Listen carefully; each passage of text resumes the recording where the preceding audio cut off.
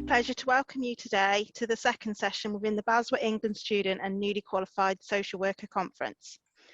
This is part of 3 days of events. You can see information of the other events in our conference programme. So my name is Sarah Harrison. I'm a newly qualified social worker in the Children with Disabilities team. I'm the co-vice chair of the Student and Newly Qualified Social Worker group.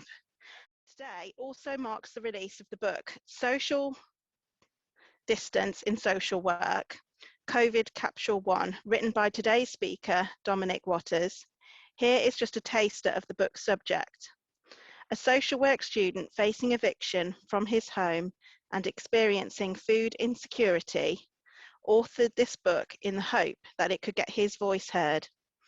As a single dad living in a council estate block of flats, Dominic at SingleDad Social Work lets the reader into the environment drenched in poverty. He invites some of the leading thinkers, practitioners, and people with lived experiences of services to discuss the impact of the COVID crisis. We will share where to find the book in the chat. So to set the scene for the presentation, I would like to share some statistics on food poverty with you today. As you can see in the slide, there were 4.3 million children living in poverty in the UK in 2019-20. That is 9 in a classroom of 30. 9% of children living in lone parent families are in poverty. And finally, 75% of children growing up in poverty live in a household where at least one person works, showing us that work does not provide a route out of poverty. We would love to hear from you throughout the webinar, so please use the chat function to join the discussion with fellow delegates and the Q&A function to submit questions to the panel. I will now hand over to Pam to introduce today's webinar, as I wasn't part of the pre-record, so it's all new to me as well. Thank you very much, Sarah. Thanks a lot for that. So again, good afternoon, everyone, and thank you again for joining. Today, we have got a very exciting speaker, Dominic. And just to give a bit of an introduction about Dominic and the work that Dominic has done since being a member of BASW. So Dominic has been and continues to be an inspiration to us all at the BASW Student and Newly Qualified Group, which Dominic is a member of. His work and campaign on this issue, the issue around poverty, really speaks for itself and has been eye-opening to say the least. Dominic has been at the forefront of bringing awareness of this topic to the social work arena. Examples of some of the work that Dominic has been involved in has been writing an open letter to the UK government about free school meals and food injustice. He also spoke very passionately about his lived experience, and actually something that Dominic did say is living experience, which I think was quite powerful because it's something that he continues to experience. So bringing that passion into speaking about that at the BASW 50th anniversary, he did that last year. And finally, as Sarah has earlier mentioned, Dominic has also written a book called Social Distance in Social Work, which is also out today, and the link, I believe, is in the chat. I did take part in the pre-record alongside Dominic, Jade, and Wayne, and I hope that once you watch this, it would be, as it was for me, very inspiring, had a lot of learning and reflection for us all as social workers and aspiring social workers.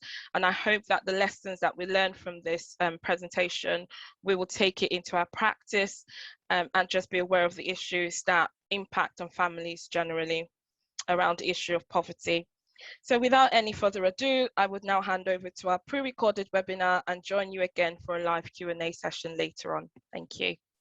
Thank you, Wayne. So yeah, just to say, this is the first time I've ever done a presentation using slides, and so if I'm a bit clumsy with it, I hope you guys can understand. And I really just hope you get something from it, and a massive thank you to BASW for giving me this chance to speak at this event, which I believe is the first of its kind. But yeah, this is my presentation. It's entitled Poverty, Precarity, and Food Insecurity in Social Work. Next slide, please, Ray. Thank you. So these are the discussion topics I've chosen to focus on. I will look at disadvantaged areas like the one I'm talking to you from right now. I will discuss like my socio-economic backdrop, as it kind of seemed to be similar to a lot of the service users that I've worked with. I want to look at food poverty and define the difference between food poverty and food insecurity, and why that I argue this difference is important to social work as a profession. Yeah, I also want to look at the ongoing independent children's care review and discuss law and policy, and why I kind of argue there's a failing in the translation between the two. I will discuss the dehumanizing nature of the benefit system and the obstacles it places in the way of social mobility. And I kind of just aim to talk about all these topics around poverty, making reference to my own experiences, and hopefully provide some real insight to the precarity and challenges faced. Next slide, please. So a bit about me. I'm a single dad to my amazing daughter, Ava. We live in the most deprived block on our council estate, as you can see in the pic. And yeah, where we live, there's like a real lack of access to healthy foods, with the shop on the estate only like stocking the lowest quality of goods, and limited ones at that. I'm in receipt of the free school meal vouchers that Marcus Rashford so passionately campaigned for. And yeah, I'm a social work student, hopefully qualifying soon. Next slide, please. So yeah, the role of place and disadvantaged areas is a determinant in young people's futures. And even in like the wealthy city where I live, it's kind of split into different zones. And in like the poorer estate zones, yeah, access, as I kind of referred to like fresh food and education is a challenge. So that's the shop in my estate in the picture. And just as an example, so my daughter has to get 2 buses to get to her grammar school every morning. And the price of school uniform puts a massive strain on, not because we don't only have to pay for the school uniform, it also has to be embroidered with their names on the PE kit and all the other tops. And so the cost of it is quite crippling for someone living on a limited income or benefits. And yeah, I don't know. I just think it's perhaps not designed for someone, yeah, who faces those limitations. And so it kind of puts barriers in the way of social mobility in that sense, if you get what I'm saying. And then, yeah, so I recently saw the Parliamentary Select Committee, and I think it was Professor Paul Bywaters who stated that a child living in one of the most deprived neighborhoods is now 10 times more likely to end up in the care system. And that just struck me, and I think it's something that it speaks to arguably so many failings of the state and the systems that we live under. And yeah, so I just wanted that to resonate with people. If we could have the next slide. So when I was on my first placement, a local authority contracted supported living scheme for children in care.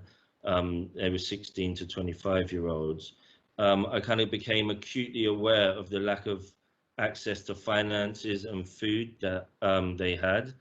And this really resonated with me as something that I'd experienced as a single parent on benefits and facing economic challenges. And the residents really relied on donations from local shops for their nourishment. And I was passionate about what I was witnessing, and I went away and did some research on it. And there was a real lack of anyone writing or talking about food insecurity in England. Just to say, this was in January, February of last year, 2020, just before before COVID had its widespread impact. However, with my research, I did discover some aspiring work around food insecurity being done mainly in Canada and the US. Next slide, please. So a massive salute to Marcus Rashford from A Single Parent for all the amazing work he's done to put food poverty at the center stage of political discussions.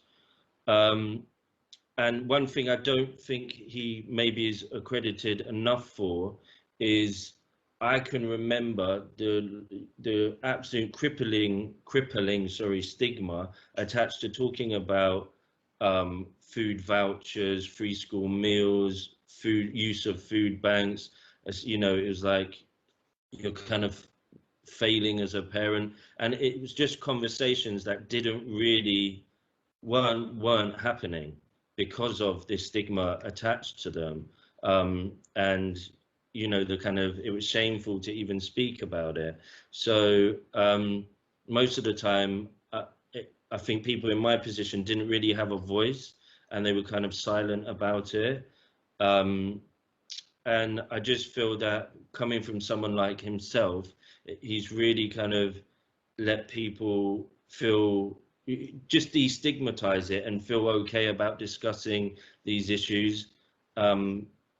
Yeah, and I think it's kind of helped to combat the kind of undeserving narrative that often politicians kind of place on people that live in impoverished conditions. Or yeah, next slide, please. So food poverty, I define as a lack of access to food. It's a topic that can easily be put under the header of austerity and and poverty. But as a social work, as a profession, in keeping with our professional capabilities, framework, and code of ethics, I think that this needs to be looked at more deeply than just as an economic issue. Next slide, please. So I define food insecurity as the lived experience of food poverty. And I would argue that this definition is important to social work as a profession, as it speaks to the actual wide-ranging impact on most aspects of someone's life who's experiencing this hardship. It can impact on the ability of someone to engage and play a role in society, their confidence, their ability to sustain relationships.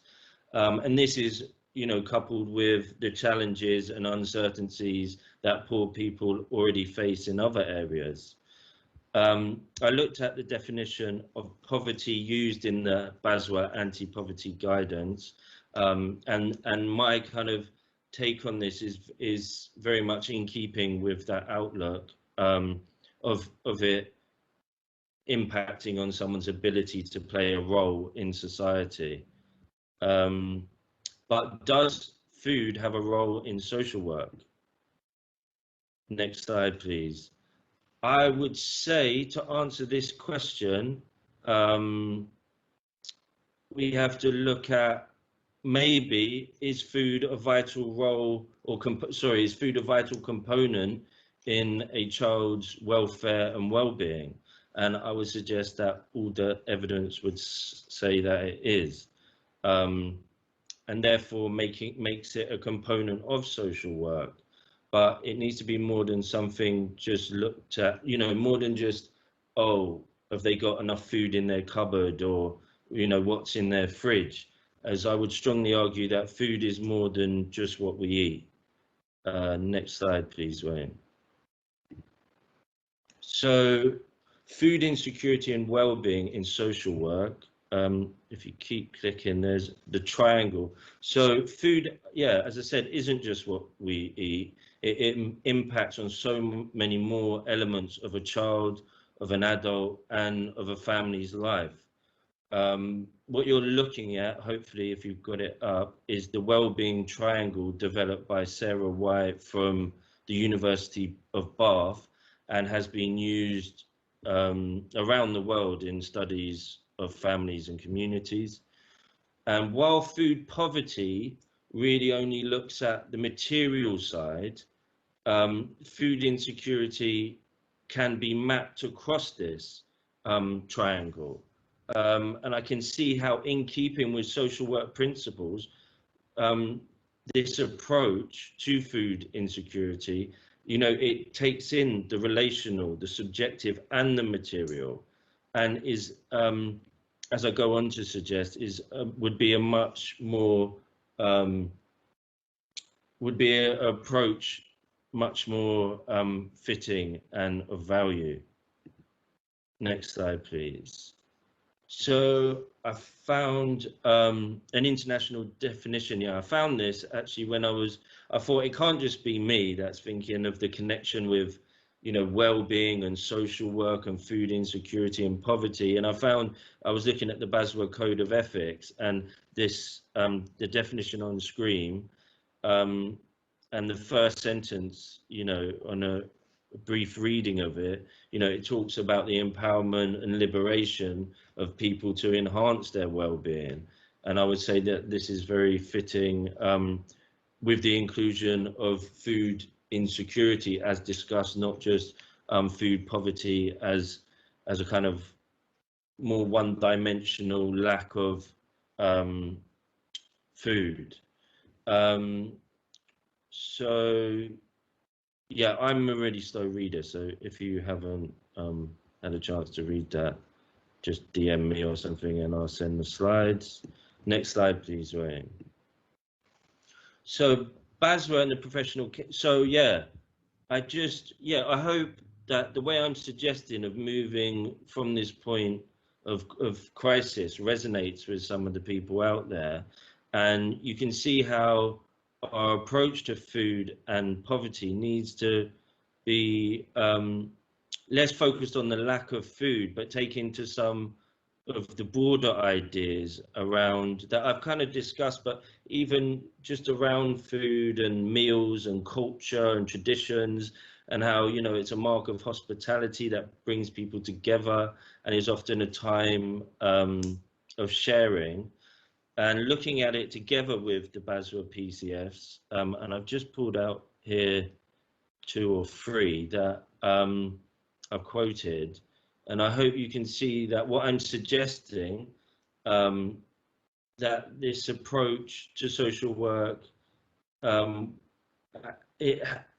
too long, I would say, it's been too simplistic, the way perhaps not poverty, but definitely food is regarded, and it's not reflective of the struggles and uncertainties that someone experiences who's dealing with food insecurity, and therefore I would go as far to say it's not really in keeping with our professional principles and frameworks.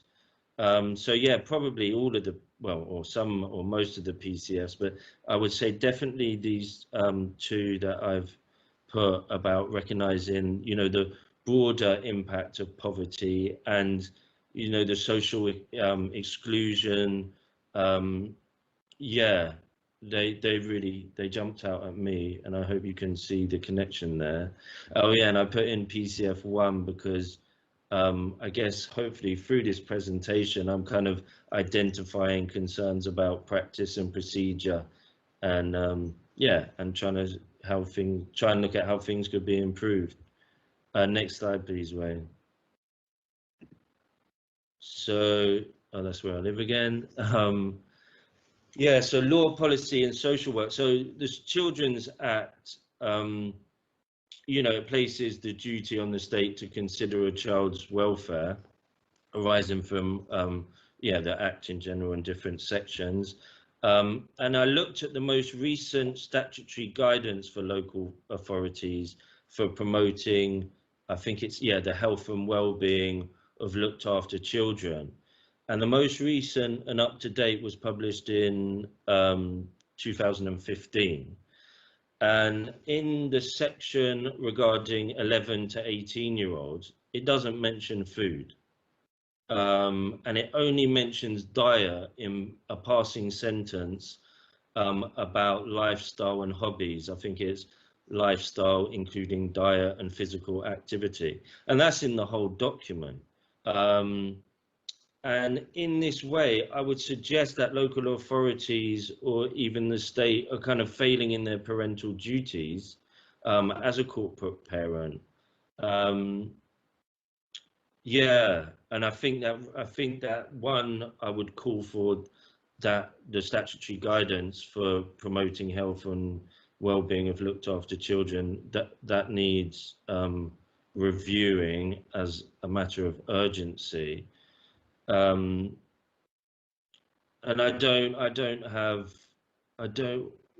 oh yeah, and even I would go as far as to say that this might be something, and someone maybe who's watching you has more of a kind of legal understanding would see that there might be grounds here for a judicial review. Yeah, please get in contact with me if this is something you can kind of get on board with. I think it's Article 39 that perhaps look at things of this nature. Next slide, please.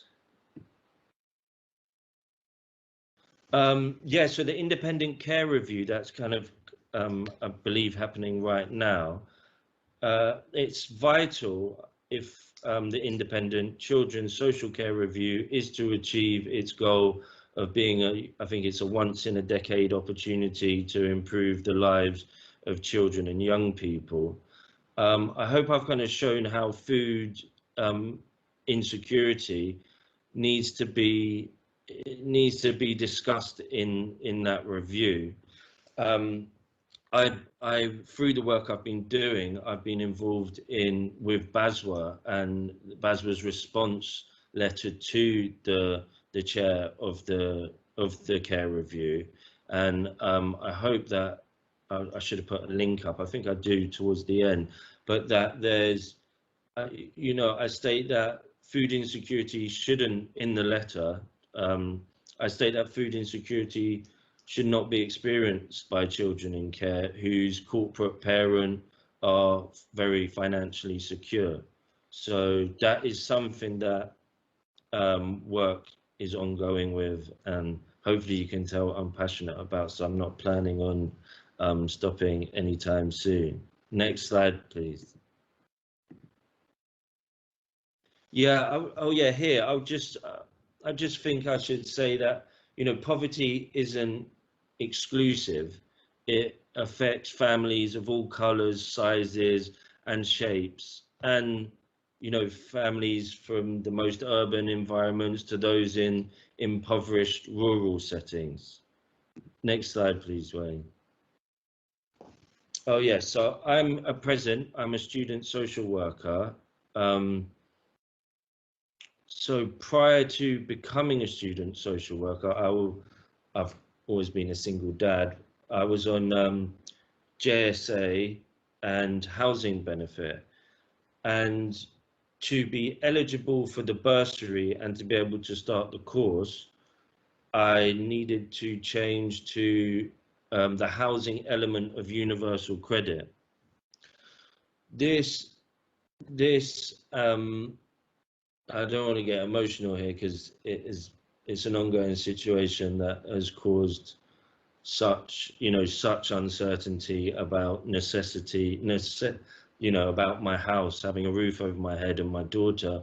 But so changing to universal credit, failings of universal credit ended up causing me to have rent arrears of over £2,000.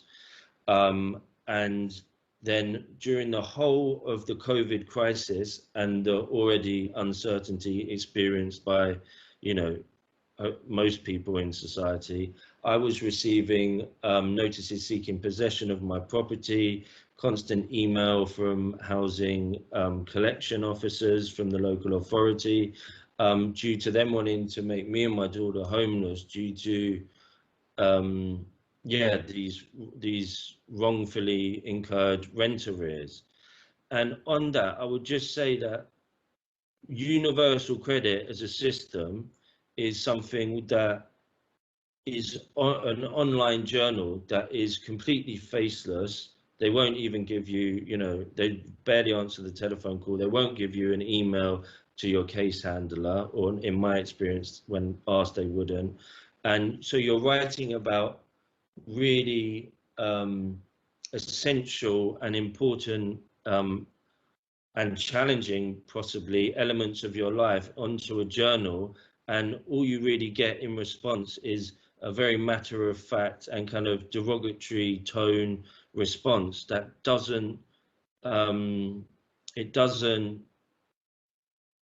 it's a system that just doesn't feel right. I don't know how to phrase it better, but I've challenged inside the DWP. I've then had to get an independent body involved, complaints procedure, and it's at the beginning stages of them admitting they're wrong, but it's had to go up so many stages, and I just fear for people who are experiencing such, absolute poverty, that they might not feel able to, to enter in a journal all these, and it's a struggle just living that, then having to word it, so someone else who you've never met can understand, and especially when it's them in the wrong. I could focus on this for quite some time, but I hope it's just an inadequate system, universal credit, and I think it needs to be looked at. So, and has caused me increased uncertainty. I've covered quite a lot of this. Next slide, please, Wayne. But yeah, it's a dehumanizing system for people that are already struggling. And to, as I said, to have to write about these hardships they're experiencing to make someone else understand, it takes a skill in itself. So having to, complete that task while at risk of being homeless is quite a lot to ask. And just finally on that, anyone who's also poor and got a learning difficulty, that creates barriers as well. Next slide, please. So precarity and participation. So precarity is, it speaks to a constant state of uncertainty around employment and income. And when you're already from like a kind of disadvantaged backdrop, and you've had increased uncertainty, during this time of COVID, on top of the interactions with the local authority, making you threats of making you homeless, these things can really make you feel a kind of distance from and kind of marginalized from the rest of society, and can impact on your functioning within it. And I think, there's a lot about public health, 2 meters apart, that element of social distance. But I think there is a lot to be said. I think social distance more speaks to, the living experience of marginalization that kind of poverty can cause. Next slide, please.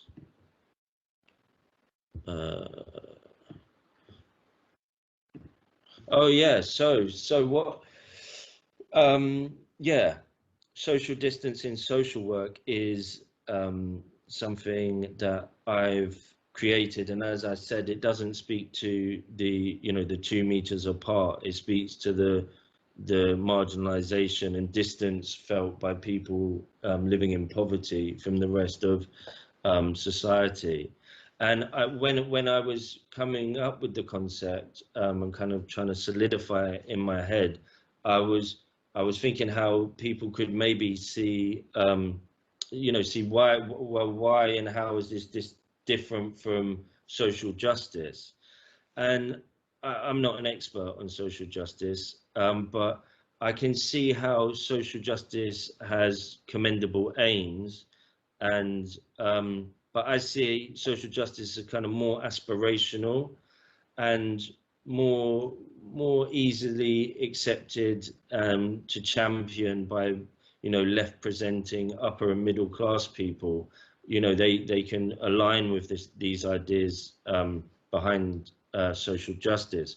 Well, yeah, just to highlight, while social distance speaks directly to that experience of living in poverty, and as I said, the marginalization that can create.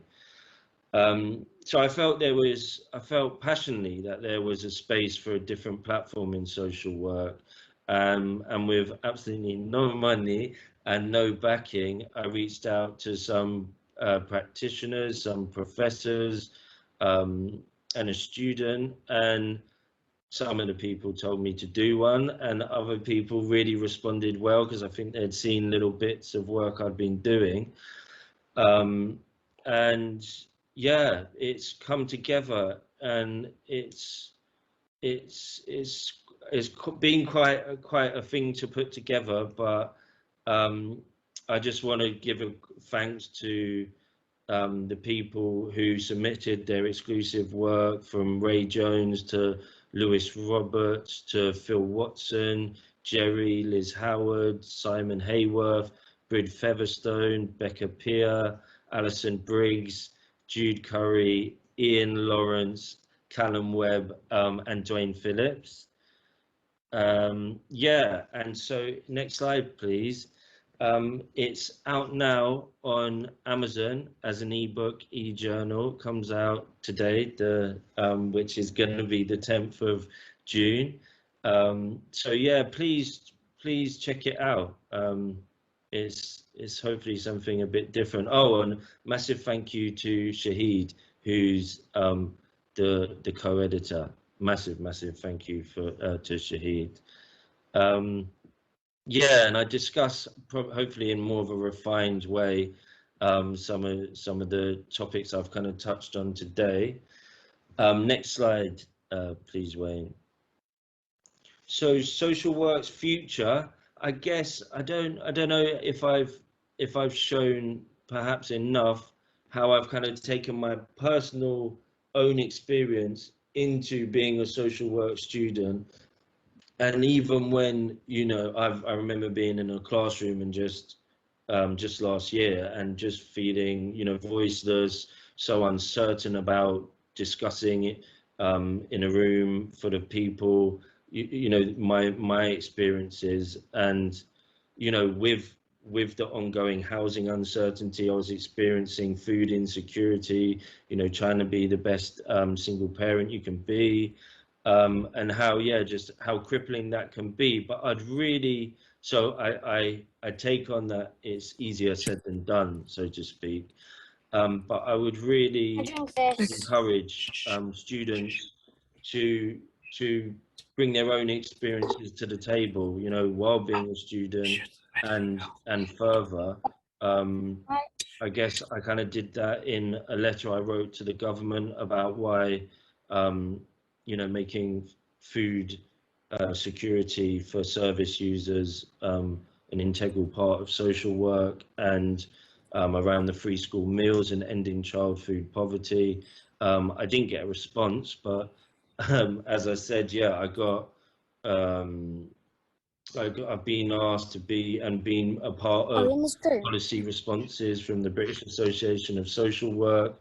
So I'm highlighting that to just say, you know, being active in your pursuit and around your personal lived experience can hopefully make your voice be a bit heard. So yeah, as I said, I would encourage students, sorry, to kind of take on or take up that.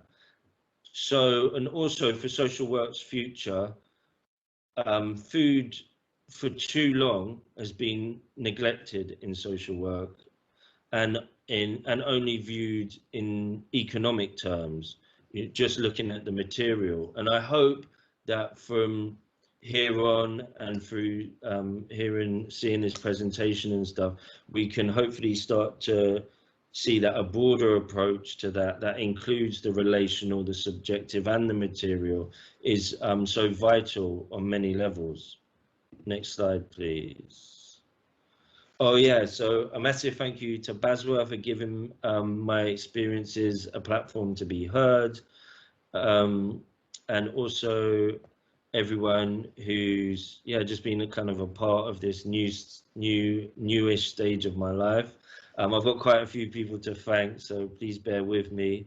But yeah, Sweater, Joe Warner, Omi, Joanna, and everyone at SSP, SSR, Christian Kerr, as I said, massive shout to him, and Shahid, Emma Grady, Jerry, Omar, Diana, Siobhan, Gavin, Liz Howard, Lewis Roberts, Ray Jones, Phil Watson, Robin Sen, Lydia, Wayne Reid, thanks Wayne, Brid Featherstone, Caroline Bald, Lindsay Graham, the Samurai Social Worker, Dwayne, Social Work Student Hub, Pamela, Ian Gould, and Sue Jardina and Chelsea Samler at KCC. Just a massive thank you for all the even little, DMs or people who've played significant parts in my learning or that I've learned from. Just massive thank you. And if you want to, if anything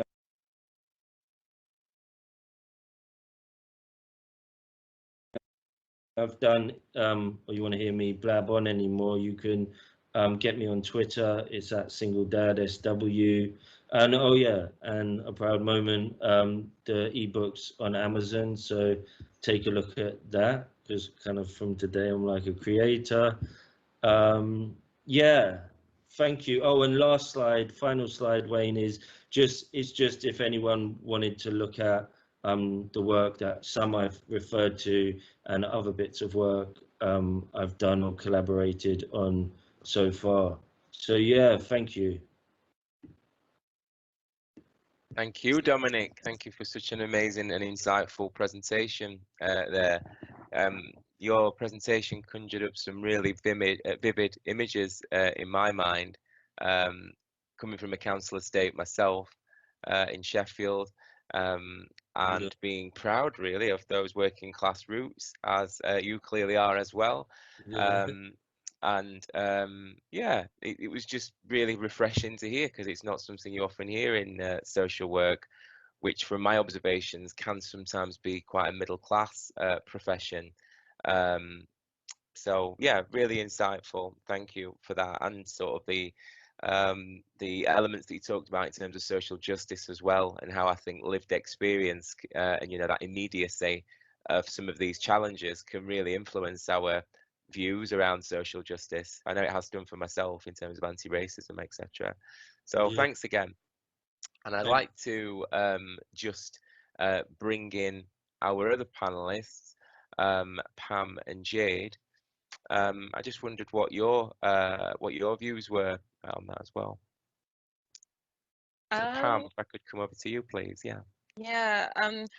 That was a very insightful presentation, Dominic. Thank you very much. And I think it really does highlight a lot of the factors that as social workers we tend to miss out during assessments. That there are sort of very black and white ways that social workers tend to go, and approaches that we take. But I think you did mention something about social distancing, which is a term that obviously due to COVID is something that we're all talking about, but in reality a lot of people have been socially distanced due to a lot of factors that, you know, some of what you talked about, these issues around poverty, and, you know, the need for us to actually look a lot deeper, and rather than just take that one step approach every time we're working with families. So, you know, thank you very much for that. And just hearing it directly from you, I just want to commend you as well, because you're a single dad, you know, and from everything that you've talked about, you know, you have overcome a lot of obstacles and still are overcoming obstacles. And I'm really excited to see where your social work career takes you. I think that, you know, no one's prepared for what you're going to bring to social work. So yeah, absolutely. Thank you very much for that. Thank you. Can I just respond? Thank you so much, Pam. And it really shows that you kind of like interacted with some of the things that I said, and they kind of resonated with you. And yeah, thank you so much for your kind words. Like, I really, honestly, that really touches me. Thank you. Thank you. Thank you, Pam. And just to echo that, Dominic, you know, it really is kind of inspirational, I think, for everybody to see, you know, what you've been through, what you're going through, and how you still bring that passion in terms of your activism, essentially, you know, in this area. So I commend you also. And Jade, I'd like to bring you in it now, please. So I think absolutely echo what both Wayne and Pam have said, Dominic. Thank you so much, first of all, for utilising your personal experience to really give emphasis on what is such an important topic. I think I actually wrote it down where you said social distance, the marginalisation that poverty can cause, and that is something that really, just as a statement, is going to stand with me. I sort of echo your perspectives, both Wayne and Dominic, in terms of where you've come from. I too came from a council estate. From Croydon, so it's not an area that's got a good reputation at the best of times, and you know, it is, as you say, the shame and the stigma of both poverty as an overarching thing, but also around food insecurity is something that we need to continue to break the barriers to talk about, because I think we know that without discussion we can't have change, and that includes people experiencing it feeling safe enough to say, I'm going through this and I really need some help, and actually for social workers to be a safe space for those people experiencing that to feel that they can discuss it. And I think that for me personally as a student, that triangle of well-being that you included is really simplistic to kind of look at and to remember, but again I'm going to hold with me both in my practice in general, but also when looking at any of these issues that we come across within social work, because I think, as you say, nothing is single faceted in my view, and actually the only way for us to holistically support individuals and families is by looking at all of those areas and ensuring we're not being siloed by the paperwork and the processes that are put upon us as social workers, and that we maintain that human element.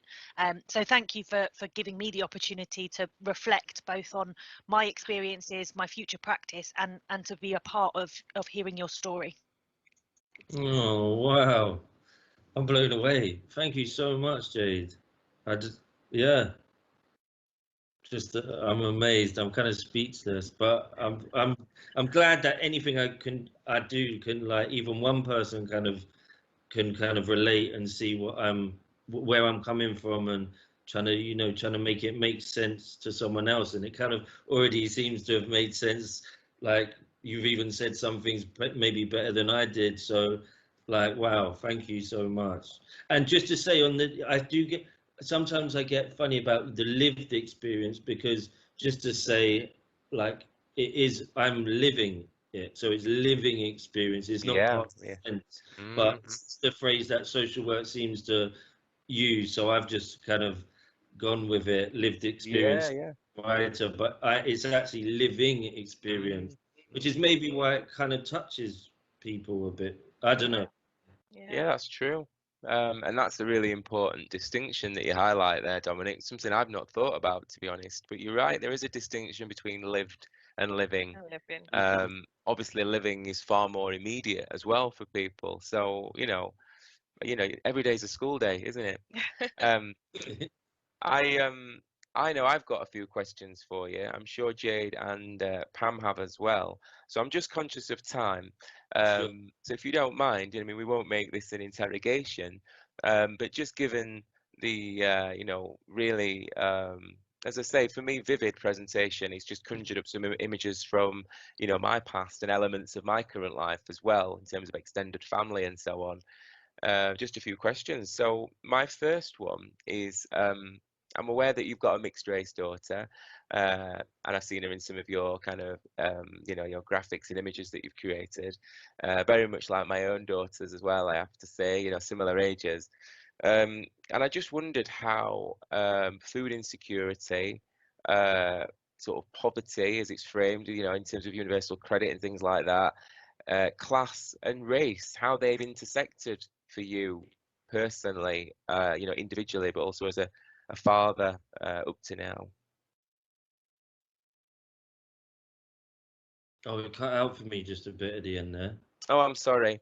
It was just how those things had intersected for you as a father and as a social worker, or student social worker rather. Do you see what I mean? I just wondered how those different factors influenced you in your daughter. Yeah, there's part of me that just wants to say no comment, but I won't. Okay.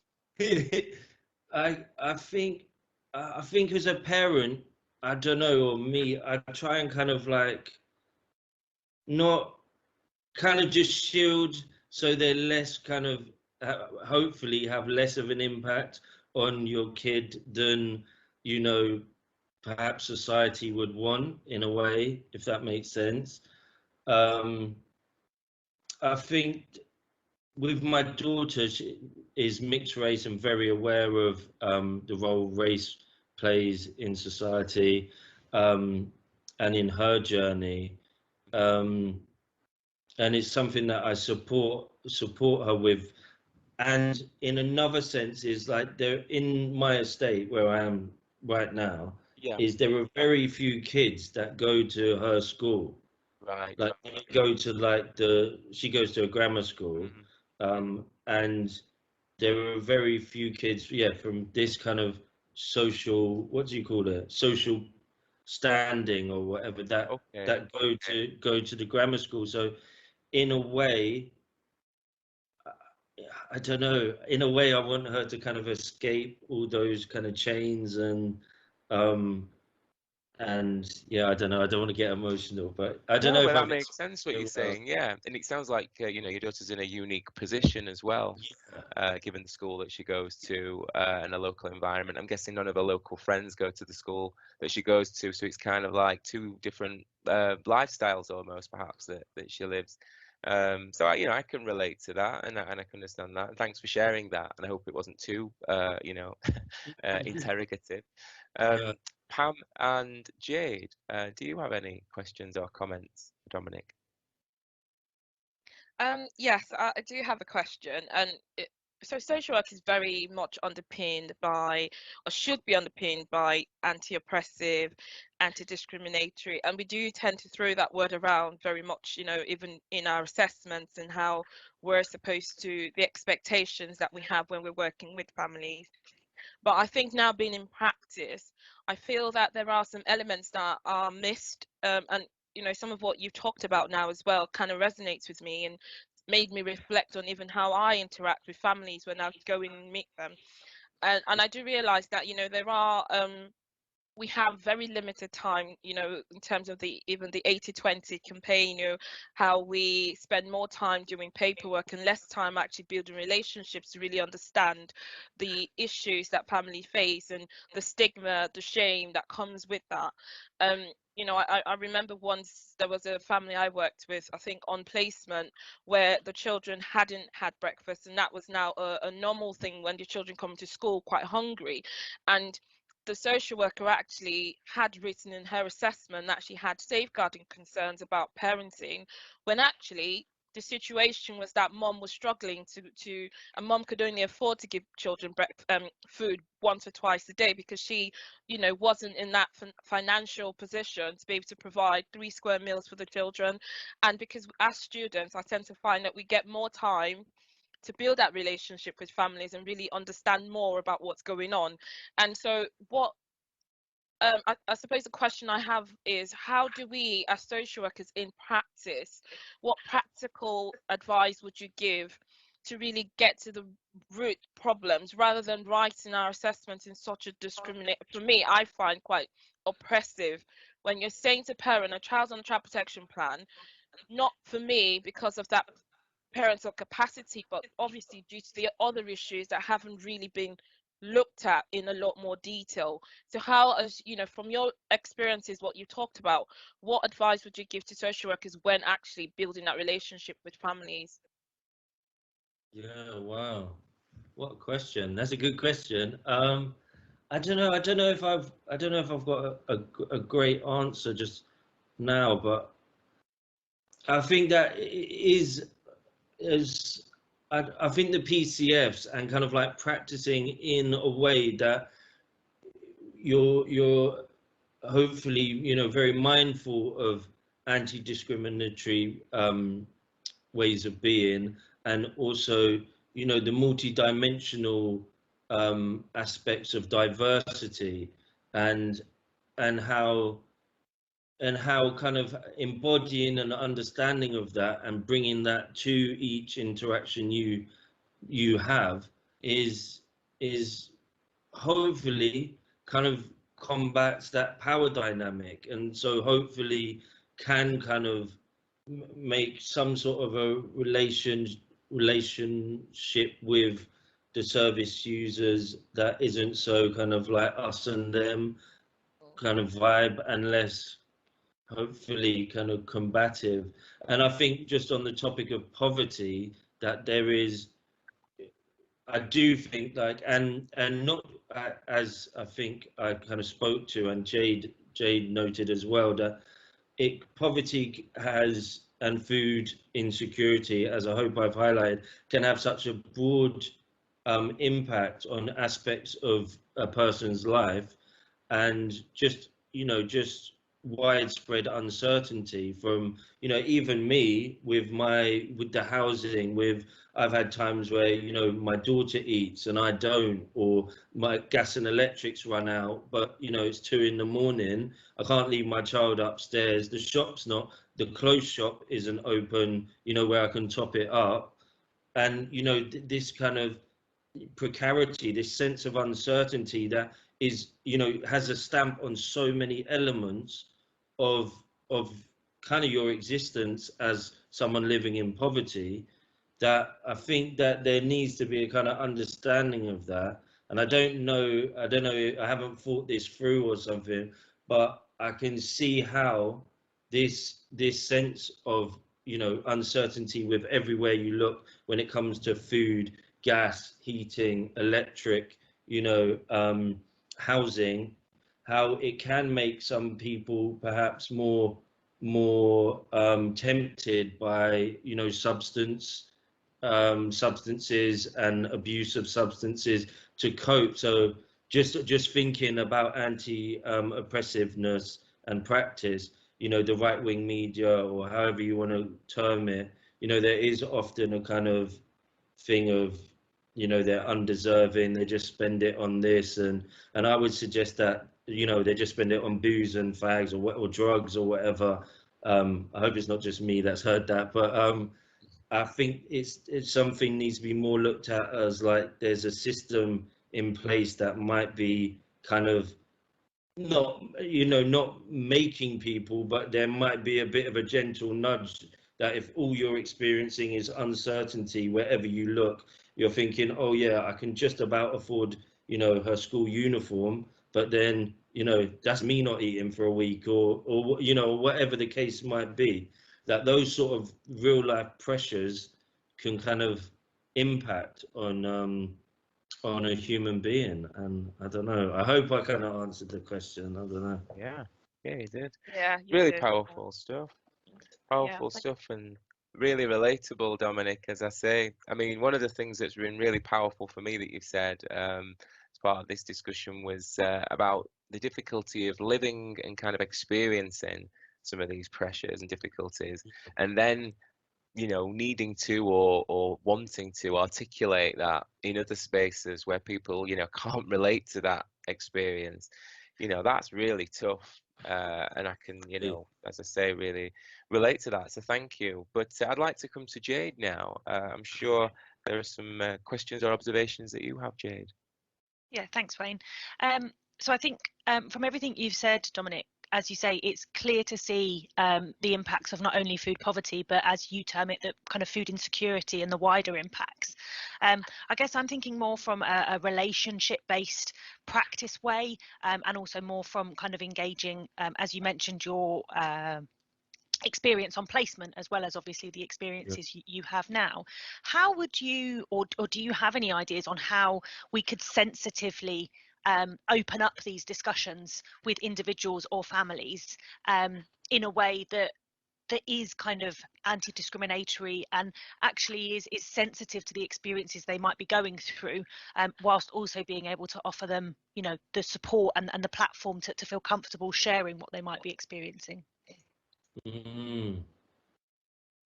Wow. So how to approach opening up these discussions with service users, families? Yeah, so if we were going to meet a family and you know, one of our hypotheses might be that they were either experiencing poverty, possibly experiencing food insecurity, you know, both from your own experiences, but also what you experienced on placement. Do you have any ideas around, you know, sensitive ways to ask these questions, or how to engage in that discussion that doesn't immediately put a power imbalance in place? Yeah, and I don't know, because I don't want to overcredit him, but I don't think there can be a way of doing that.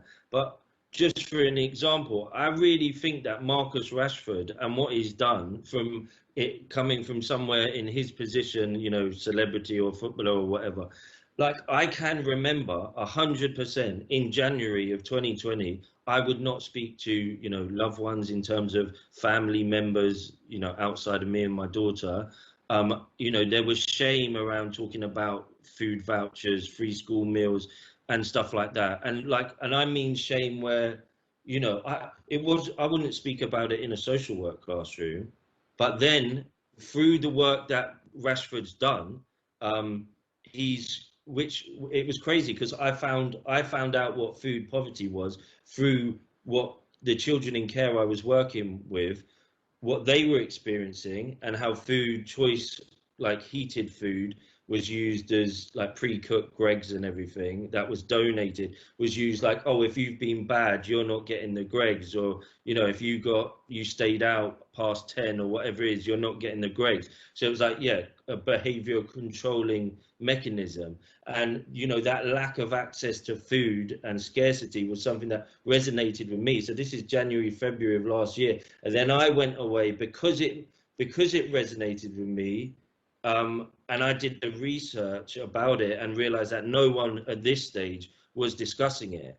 I'm going a bit of a long way round, but hopefully we get there. But if you see, then Rashford doing what he did, around food poverty, which is, you know, so commendable. I think that's the right word. It made, you know, these discussions not only, you know, they weren't just, you know, oh, we got the vouchers, you know, between people who are poor. It was like on a massive scale. It was like more accepted. People were talking about food banks. People were talking about, you know, the failings of the state. People were talking about well, I was certainly talking about how this undeserving narrative of poor people is, you know, is destructive and designed, you know, to disempower. Yeah, so I guess I've gone quite a long way round, but your question was about how we could kind of subtly approach conversations and kind of remove the power dynamic. I don't know, like, I don't want to give BASW too much credit, but I do think there's a lot in the PCFs, you know, that, and the code of ethics that really, I don't think well, probably a lot of students in their first year didn't kind of didn't pay much attention to it, you know, or you just read like the top bit, PCF2, you know, PCF3. And I think they're, I don't know who wrote them, but it's obviously someone at BASW, I think. But there's quite a lot, I think, in taking that, actually trying to, I think, like I said to Pam, like trying to kind of like embody, the principles and elements that are in those words, and, use that in an approach to another human being, I guess. Yeah. I don't know. No, thank you for that. And I think if I've understood kind of what you're saying correctly, I think, are you sort of suggesting that just by us kind of approaching that question and asking, engaging in a conversation with someone is enough to help break some of those barriers of shame down and open it up to allow them to communicate? Do you feel that that would be a good start for us as both students Yeah, and social workers? yeah, I really Perfect. do. And Thank you. I'll just add is that the only failings which I think I highlighted, well, there's quite a few failings, I think, of local authorities, the state, but also, yeah, with social work and but including BASW in that is, I think I said, but I've been in meetings where it's like, the lack of food is, can just be categorized as, oh, that's an issue of austerity or poverty. They can put it in that box, but food insecurity has an impact, as I've said, like on so many other aspects of an individual's life that it shouldn't be. And these were meetings with leading social workers. So hopefully this can kind of at least maybe get people talking at a higher level than me, that around, the importance of moving food poverty. The work that's been done is amazing, but as social work, we need to be looking at food insecurity and the impact of the lived experience of food poverty on, ability to engage with you when you come in their home and you're asking them about, have you washed Bill's school clothes, or we got this complaint that, he hasn't come into school for. Do you see what I'm Yeah. saying? Yeah, for sure. I think that's been a really fruitful conversation, to be honest, and I've got a lot from that, and I'm sure Pam and Jade have as well, and our viewers. This recording will be viewed as part of our student newly qualified social worker conference in June. So, I'm really pleased with the way things have gone. I think you've done a lot during this session, Dominic, to raise awareness and educate people. I feel I've learned something from this, and I come from a similar background to yourself. And yeah, I just think this is an area of social work that needs more of a clearer and incisive kind of approach to it, as opposed to this almost labeling approach, as you've mentioned, in terms of just calling it food poverty, when actually it's far more than that, far more complex than that. So thank you, for your input and your contributions on this session. So Pam? much for giving me a platform to kind of share this stuff, and like I really appreciate it. No So problem. Yeah, I mean, it is something that, as I say, I feel passionately about from a personal viewpoint. But also, I think it's fair to say that your work and your approach to this is very respected within the social work community, even though I'm aware you've only been doing this a relatively short time. So, I commend you on what you've done. I applaud you. I salute you. Carry on doing the good work. Keep fighting the good fight.